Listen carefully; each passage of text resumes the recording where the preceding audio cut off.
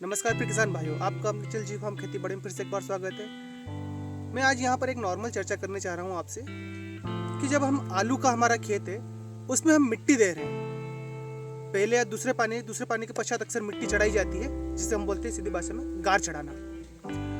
अब उसके पश्चात हमें खाद कब देना है, और गार तो हमने मिट्टी चढ़ा दी, मिट्टी चढ़ाने के बाद में पानी कब देना है, जिससे हमारी फसल में उत्पादन पे अच्छे से अच्छा असर पड़े और कंद है जिसकी साइज भी अच्छी बनी रहे और मिट्टी भी हमारी जरा धुले नहीं। तो हमें मिट्टी चढ़ाने के बाद में पानी की व्यवस्था हाथों हाथ नहीं करनी है कि आज मैंने मिट्टी चढ़ा दी और कल तुरंत पानी छोड़ दिया। अब ऐसा क्यों है? अच्छा किसान भाई, एक उदाहरण मैं आपसे साझा करूंगा कि जब हमें अक्सर भूख लगती है हम क्या करते हैं, घर में यहाँ वहाँ जाते हैं, खाना कहाँ रखा ढूंढने की पूरी कोशिश करते हैं। उसी प्रकार एक तरह से इनका भी क्या होता है कि हमने मिट्टी तो चढ़ा दी, एक दिन हो गया, 2 दिन हो गया और तीसरा दिन हो गया, पानी हमें तीसरे दिन देना है या चौथे दिन कम से कम कोशिश करना है। तो क्या होगा, इनकी जो जड़ें होती है हमारे आलू की, वो पूरी कोशिश करती है उस समय बढ़ने के लिए कि मुझे पानी चाहिए, तो अपनी जड़ में पूरी ताकत लगाएगी, एक तरह से फैलने की कोशिश करेगी। अच्छा, यहाँ पर होता क्या है कि हम तुरंत पानी दे देते हैं आलू को, तो इसकी जड़ उसी प्रकार से ग्रोथ नहीं कर पाती है। उसे पानी मिल गया, ठीक है, पानी ले लिया और पौधा चल रहा है और जड़ नहीं बढ़ पा रही। अब मैंने आपको क्या बताया है कि हमें थोड़ा रुकना है, जिससे क्या होगा, जड़ बढ़ने की कोशिश करेगी। जैसे ही जड़ बढ़ने की कोशिश करती है तीसरे चौथे दिन तक, इससे ज्यादा लेट नहीं होना है, नहीं तो हमारा पौधा ही खत्म हो जाएगा।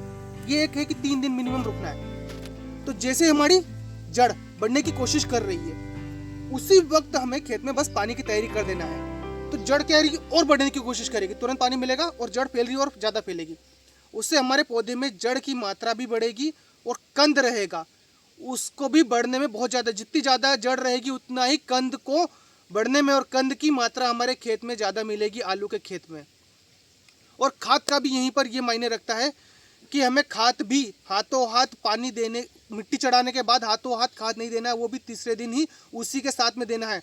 जिससे क्या होगा, इसको जितनी ज़्यादा भूख लगेगी उतना ज़्यादा खाद और पोषक तत्व ग्रहण करेगा। और यदि हमने हाथों हाथ पानी दे दिया मिट्टी चढ़ाने के बाद में, तो न तो ये इतना ज़्यादा खाद खा पाएगा, नहीं उतनी ज़्यादा इसकी जड़ की ग्रोथ हो पाएगी। तो किसान भाई, ये तो मेरे द्वारा एक आपको सीधी सी जानकारी थी, आपको कैसी लगी कमेंट कर जरूर बताएगा। और इस बात का आप अगर जो पूरे खेत में प्रैक्टिकल न कर सके तो कम से कम खेत के कुछ हिस्से में 8-10 गड़ में ऐसा करके जरूर देखिएगा, और वहाँ पर आपके पौधे की जड़ में कितनी ग्रोथ हुई है, और जहाँ पे आपने यदि हाथों हाथ पानी दे दिया 1 दिन के अंदर अंदर, वहाँ पर देखिएगा और उत्पादन में भी बहुत आपको फर्क देखने को मिलेगा।